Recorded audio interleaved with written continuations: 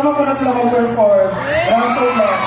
So my performance is, I know that we are experiencing the same dilemma na andun tayo sa sitwasyon na takbo tayo ng takbo. Like, we are afraid to take the risk. But, ngayon naman na gusto na natin mag-take ng risk, doon naman tayo nila binitawan. Doon naman tayo iniwan. Yes, and I hope when we take the risk, mayroong sasagot. Ayan.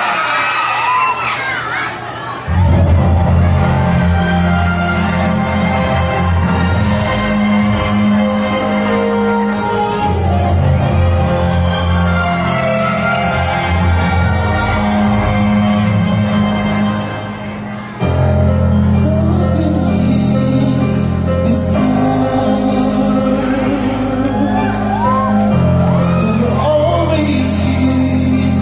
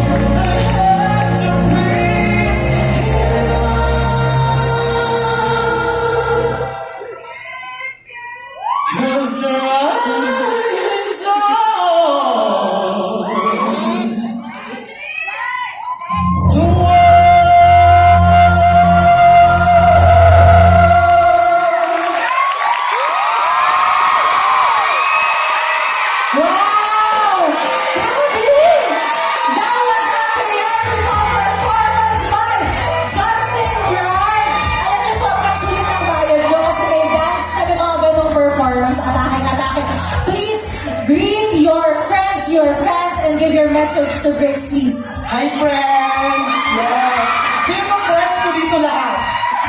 Yes. Di ba? Yeah, friends natin lahat.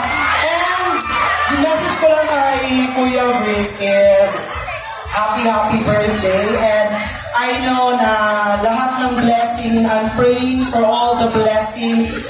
Makikita natin lahat na pang nasa kanya na lahat. But we pray for all the blessing kasi once Kuya Vix na nabi-bless, naging blessing siya sa others. Like me, like from being a fan. Ngayon, I'm still a fan, pero yun nga, nakakasama ko na sila mag-perform. And yes, that's a milestone for me. Happy birthday, Kuya, and you know that I really love you. And I'm sure Vix is as proud sa kanyang fan na ngayon ay friend and supporter. Thank you for supporting Vix, Justin. And now, samahan mo na rin ako. Tuloy-tuloy naman ang kilig as I give you the next hip-hop sensation.